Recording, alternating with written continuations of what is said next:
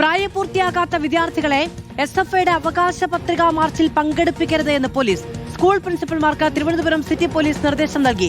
March നടക്കുന്ന ദിവസം കുട്ടികളുടെ ഹാജർ കൃത്യമായി പരിശോധിക്കണം. മാർച്ചിൽ പങ്കെടുക്കുന്നതിനായ വിദ്യാർത്ഥികൾക്ക് അവധി അനുവദിക്കാൻ പാടില്ല. സ്കൂൾ കോമ്പൗണ്ടിനുള്ളിൽ രാഷ്ട്രീയ പ്രവർത്തനം നടക്കുന്നില്ല എന്ന് അധ്യാപകർ ഉറപ്പാക്കണമെന്നും പോലീസ്. നിർദ്ദേശങ്ങൾ ലംഘിക്കുന്നവർക്കെതിരെ ജുവനൈൽ ജസ്റ്റിസ് ആക്ട് പ്രകാരം നിയമ നടപടി സ്വീകരിക്കുമെന്നും മുന്നറിയിപ്പ്. സുനിഷ എല്ലൂർ വിവരങ്ങളുമായി ചേരുകയാണ്. സുനിഷ, എന്തുകൊണ്ടാണ് ഈ ഇടപെടൽ?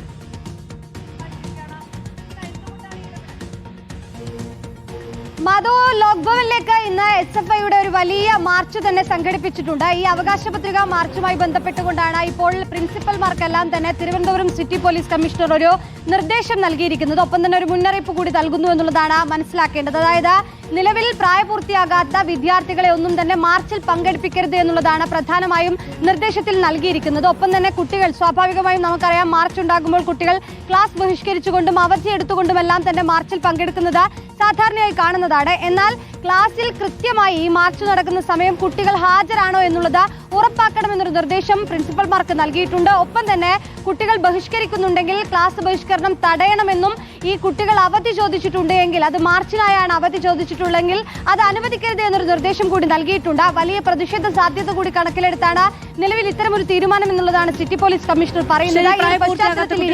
അവകാശ പത്രികാ മാർച്ചിൽ പങ്കെടുപ്പിക്കരുതെന്ന് ആവശ്യപ്പെട്ടുകൊണ്ട്